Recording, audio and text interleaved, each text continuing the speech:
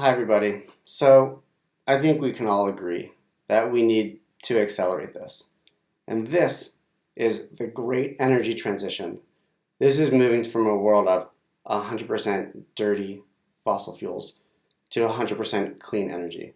And how really that is at this point an inevitability.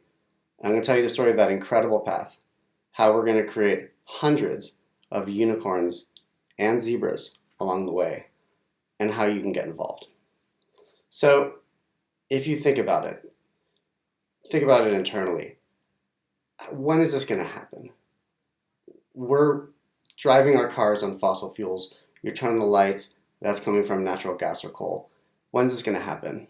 Well, sooner than you think, but probably not fast enough from a climate perspective.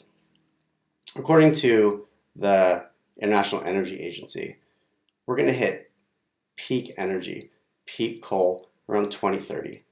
And then we have a lot of international and corporate commitments to get to 100% clean energy by 2050. That is a lot of transition in about a 30 or 40 year period. And what is the future of this energy? Roughly, it's wind and solar and batteries, and an interesting mix of other things, including carbon sequestration, agriculture, and land uses. And really, why is this happening? Why is this happening right now? And who do we have to thank? This is really because of two really big tipping points. The one is what we call grid parity, right? So this means that if you're an electrical utility and you have more population, so you need more energy next year, you're going to put out a bid. You're going to say, we need X number of megawatts. You're going to get that bid, and you're going to award that contract to roughly the cheapest energy. That energy is now renewables, and it has been for about the last 4 or 5 years. And so that's grid parity. Renewables are the cheapest power. That's why, for example, last year in the United States, over 70% of all new energy was renewables. And what do you think is happening with that every year? It's growing. So every year that percentage gets larger. That is an inevitable path towards 100% clean energy. It's happening everywhere. The second thing is, and this is an incredible historical event, is this is what we call the coal cost crossover.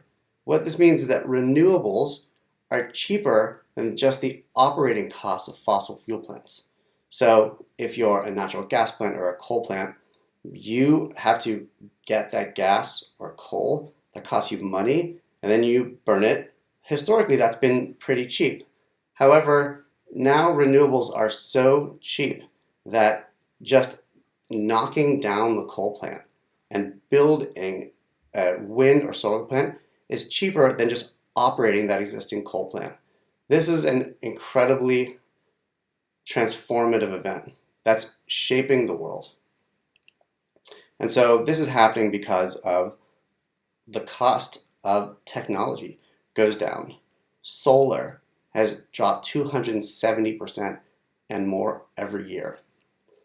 Wind has dropped 15 times over the just last 20 years. And these are because of a lot of things. One of them is just more. Swanson's law.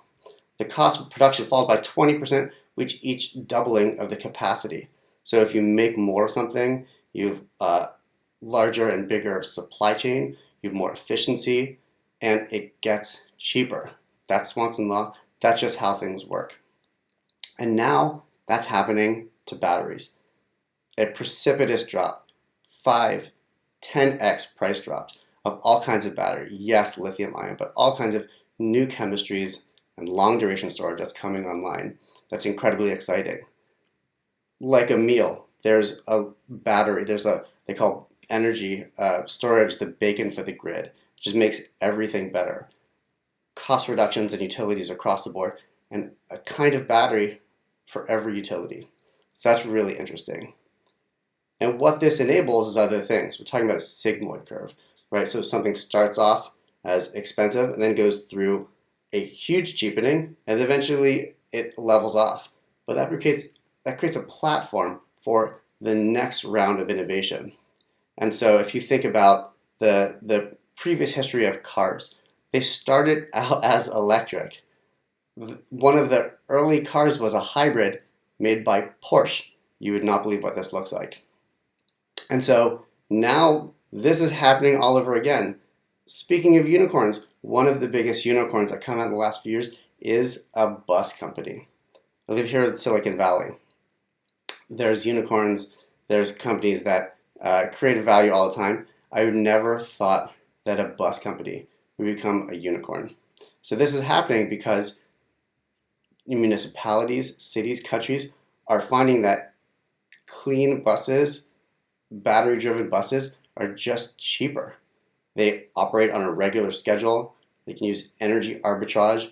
Fuel's getting more expensive while energy is levelized or getting cheaper depending on your source. And so it just makes sense. So when you think about climate change and the whole puzzle, it's a lot of things. Yes, it's what we do personally, but add all that up, the big system is really the thing. And if you think just about energy, agricultural land use are 25% of the problem. That's big, and a lot of that is driven by our individual purposes. But if you think about climate change, it's really two things. It's taking the solutions we have and scaling them, and then inventing the things that we don't. I spend my time inventing things, and I do this specifically through a structure called an accelerator program, which effectively means that as a small business, you come into our program and we give you help and mentors, funding. It's an incredible system for taking the collective hive mind and the collective resources and getting companies faster progressing than they would otherwise, making products that people want faster and scaling that. So that's what I spend my time doing. And this is important because we need multiple Teslas every year for decades. And that's a huge challenge. Teslas of impact and scale. But it's also a massive opportunity. And so if you're interested in playing around with this, if you're interested in being a part of the great energy transition, accelerators, they're on-ramps. They work. And I suggest you join one as a company, as a mentor, as a supporter. I'm part of an association of hundreds of climate and energy technology accelerators all over the world. The easiest to find one, Google New Energy Network, jump on the Slack. It's the largest clean energy community in the world. And there's a lot of people there that want to help you succeed.